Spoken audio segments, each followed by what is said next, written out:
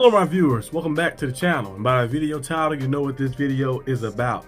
Do you trust Arthur Smith as a Steelers offensive coordinator this season? As you guys know, the channel was vacant when he did get signed as a coordinator. Never got a full chance to dive into him fully, but as you guys know, the preseason games haven't been the best showing for the offense. A lot of people are hitting the panic button already, even though we're still 0-0 because the season hasn't started yet. But do you have faith or do you trust Arthur Smith? That's the question. You can answer that question down below in the comment section down below. And yeah, I'm gonna break down some of the stuff I think Arthur Smith is good at and some of the stuff I think he's kind of bad at. And I'm gonna dive into his history as an offensive coordinator. As you guys know, he was the Falcons coach for 3 seasons.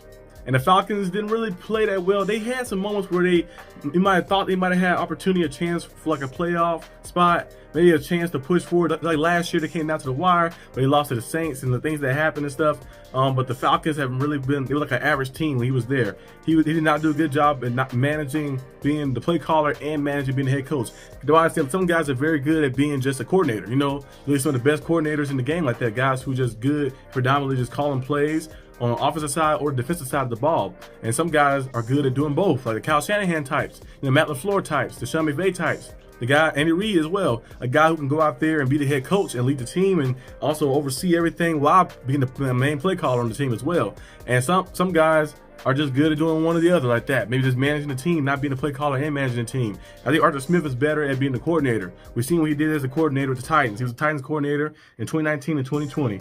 He guided them to one of the top offenses like that. You look at the numbers, they was in red zone touchdown percentage, they was 75.2%, which was top and now one like that too. They led the league in that. And also they was ranked 5th in points per game, which was 27.9 points per game. And they also was ranked 5th in total offense with 379 yards per game. And he also saw the 2nd ranked rushing attack in the NFL, averaging 153.5 yards per game on the ground. And Derrick Henry had his 2 best years with him. You know, he had the year where he had 1,500 yards, and he had the year where he had 2,000 yards back-to-back consecutive seasons. And you look at what the sets that they had too. Ryan Tannehill was a Pro Bowler one year with him.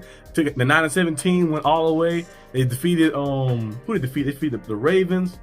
They defeated the Ravens, the Patriots with Tom Brady. That was his last time being a Patriot. They defeated the Ravens, and then they came close to beating the Chiefs in the AFC Championship game, but fell a little short. And then you see the following season, they go out there 11-5. They fall short, of course, to the Ravens. But Arthur Smith did a pretty good job as the offensive coordinator. He had their offense top 5 in different categories, not only in the rushing attack, but in points total and in red zone, capitalizing. That's the main thing. When you get to the red zone, you want to score. The Steelers struggled to get to the red zone. When they got to the red zone, they had struggles as well to get the ball in and stuff. So Arthur Smith, if he can just master that and bring that back out, it'd be good again. But now let's dive into some of the positive and negatives of his play style and his play calling a little bit. Now, we're going to start with the negatives first. We can end with the positives like I did in other videos before.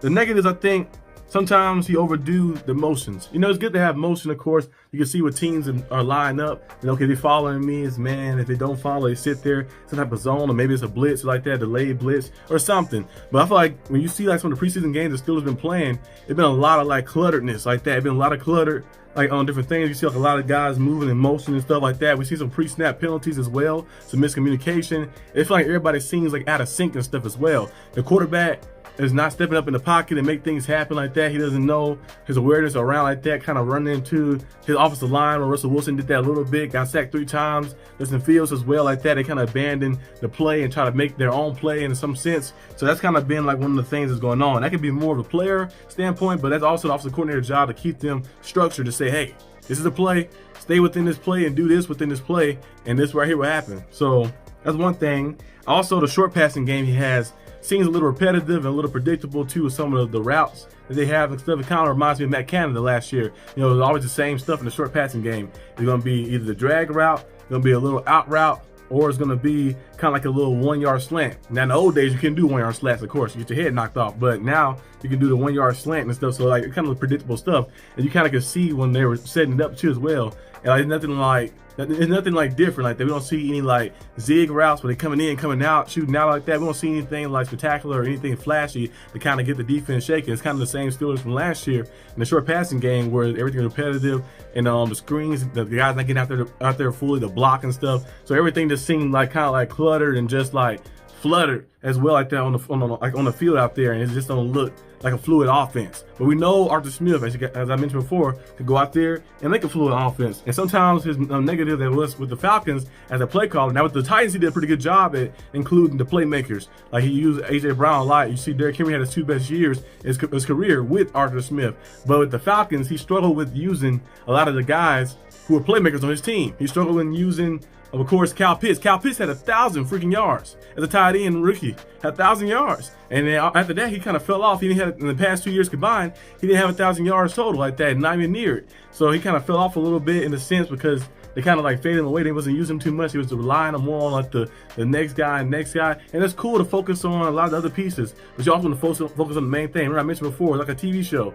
Of course, they have the side characters, the supporting cast supposed to uplift the main actors like that, the 2 main leads in the show or the series or the movie, whatever you're doing like that. You want to shine light on them to have them some credibility so they can uplift those guys to support like that. But you don't want to make them with their main guys like that when you have the most talented ones as the main lead guys. So you got to focus on that. So hopefully he focuses on the George Pickens. He focuses on the Najee Harris, the Pat Freiermuth, get in the ball and prioritize that, but also sprinkling in different guys throughout the time and throughout the play scheme and stuff that he's going to mix up. Some of his positives I like, of course, like some of the stuff is negatives and positives. Like the motion, I like the motion that he does, like doing the motion with some of the guys we've seen, like Van Jefferson. He went out there and kind of lined up and then ran around right behind the quarterback and got back into play like that in motion. It was a cool little thing to get him open and get some space. Porter Patterson came out there, did a little thing as well, lined up in the backfield, seeing different things. Those looks to kind of confuse the defense. Those are cool when everybody's on the same page. But sometimes we've seen it, like I mentioned, the negatives. You got a little clustered a little cluttered, and kind of messing things up. It's a pre-snap penalty. So when you do it right as well. I also love that he's a run-heavy type of coach like that. He did a very good job with the Titans. They averaged 153 rushing yards per game. Those 2 years that he's the offensive coordinator, they was the second leading rushing team in the NFL like that. So he did a good job in running the football, using his guys like that. And we have, of course, guys like Najee Harris. We got Jalen Warren. Porter Patterson is on the team now as well. Dejon Edwards is a nice piece as well. He's an explosive player too, an undrafted guy who might be a sleeper too as well. So we have some guys who can go out there and make some explosive plays in a rushing attack. So this is good. And also he's good at play action passes, pre-motion stuff like that. RPOs as well. He's very good at that and putting quarterbacks in the right spot and attacking the middle of the field. We've seen the crosser routes with Van Jefferson getting hit on many of those crosser routes. George Pickens and different guys like that. We've seen that stuff. That's the positive stuff he has. If they can kind of maintain that and make that the focal point, it'd be good. I feel like it's mostly kind of rely on a little bit on the quarterbacks a little bit, because they be too indecisive sometimes. Like that, they got to be decisive and make a decision quick like that a little bit. But I don't think got to be like kind of like said to them and like pressed in their mind like, hey, this is the play right here. Be decisive. You drop back, you step up, boom, deliver to him right there. Deliver to this person right here. So we're going to see if they can do more of that. But he has some crafty play calling. We've seen it before with the Titans. We've seen it a little bit with the Falcons. Of course, more negative than good, of course, because they were losing a lot of games like that. But we've seen it a little bit with the Falcons as well. And I think we also can see with the Steelers, if they can just find a way to maintain it and find a way to get consistent and just build some chemistry up together. So we're going to see. So right now, I would say I have trust in Arthur Smith. I won't say it's a lot of trust, but I have trust in Arthur Smith. On a scale of 1 to 10, I'd probably give it like a 4 or 5 like that. I have trust in Arthur Smith like that. I'm gonna see what he does with the full starting lineup where everybody's healthy, and in the regular season we'll see what he does too as well. So I think he might have a potential and can like basically make this team look better on offense. We'll see what he does, but let me know down below in the comment section what you guys think about Arthur Smith.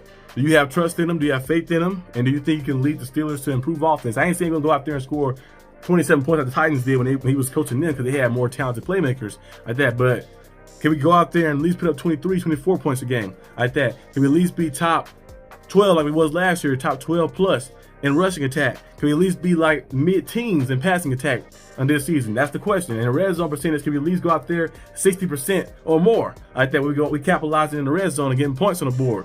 Can we do that? That's the question you gotta ask. And if you can answer that question, and then we can see what happens in the regular season, then we'll be good. But if we cannot solve those and answer those questions and solve that stuff, we're going to be in the same predicament we was last year, and the year before last, and the year before that, and the year before that. So we'll see what happens. But that's all I got. Hope you guys enjoyed it, and see you guys next time. Peace out.